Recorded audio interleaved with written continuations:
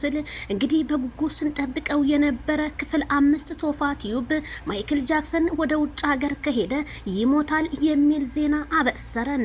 ጠላቱ ድፍት ይበል። ማይክል ጃክሰን ውጭ አገርም ውስጥ ካለ ትለወጣለ። እሱ ፈጣሪ እንዳለልህ እንጂ ሰው እንዳለው አይኖርም ማለት ነው። ታዲያ ቶፋ ቲዩብ ይሄንን ነገር እንዴት እንደዚህ ልትል ቻልክ? ወይስ ጠንቋይ ብሎ ነው ወይስ አንተ የገመትከው ነገር ነው? ታዲያ መቼ ነው ማይክል ጃክሰን ወደ ራሱ ተመልሶልን ኮሜንታተር ራሱ አርፎ እንቅልፉን የሚተኛው ስል እኔም ከዚሁ ጥያቄን እየጠየኩኝ እገኛለሁኝ። ታዲያ ማይክል ጃክሰን እንደዚህ ባለበት ሰዓት ወንድምየው ወደ ውጭ ሀገር እንውሰድ ትናንትና ባለው ቪዲዮ ነው ዛሬ ቶፋዬ እንግዲህ አሳይት እየሰጠው። በእኛ ላይ ሙድ እየያዛችሁ ውጭ ሀገር የት እንሂድ እያላችሁ ለምን ከፈለጋችሁ ኪሊማንጃሮ ተራራ ላይ ወጥታችሁ እንደኔ አትጮሁም? ከዛ ህዝቡም እንዲደርስላችሁ ብዬ ከዚሁ አሳስባለሁ።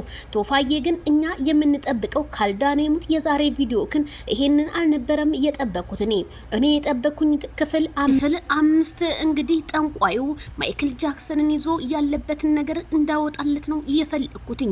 ቶፋዬ ግን ዛሬ የፖስትክልን ቪዲዮ ምንድነው? ወደ አሜሪካ ወይም የተለያዩ አገራቶች ብቻ ከሄደ ይሄ ልጅ ይሞታል ብለህ ነው እንት ያበሰርከን። ጠላቱ ድፍት ይበል። ማይክል ጃክሰን መቼም አይሞትም እርግጠኛ ነኝ። እንግዲህ ኢትዮጵያን ሳይገዛት ማለት ነው።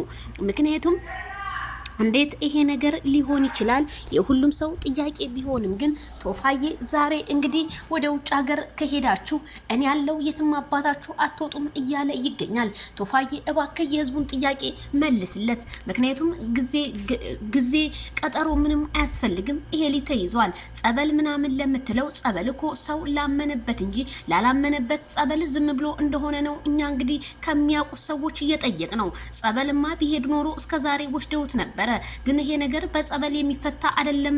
ወደ ጠንቁልናው በሄድ ይሻለኛል ብለ ወደ ከሸገር ከተማ ወደ ቡታጅራ ከተማ ያንን ሁሉ ቦታ አቋርጠህ የሄድከው ይሄን ልጅ ለመፈወስ ስለሆነ የፈወስክበትን ዋነኛ ምክንያቱን ማሳየት እንጂ ሚዲያ መተ ሊሞት ነው ሊድን ነው ስትለን፣ በዚህ አጋጣሚ ማዳም ቤት ያሉ ቅመሞች ራሳቸውን ስተው ቢወርቁ ትናንትናውን ከዱባይ ከተማ ልጅቷ ራሷን አሳብዳ አብርሽ ወንድሜ እያለች እያለቀሰ ስለሆነ እንዴት ይሄንን ነገር ልታስተላልፍ ቻልክ ስል እኔም ከዚሁ ጥያቄን አበስራለሁ።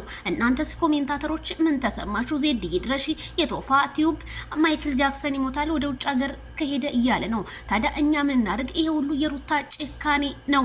ጭካኔዋን ደግሞ እንግዲህ ፈጣሪ ይፈርዳል። ፈጣሪ ያያል፣ ፈጣሪ ይሰማል እላለሁኝ። ለማንኛውም ይድረስ ይሄ ቪዲዮ ለቶፋ ቲዩብ ላይክ፣ ሼር፣ ሰብስክራይብ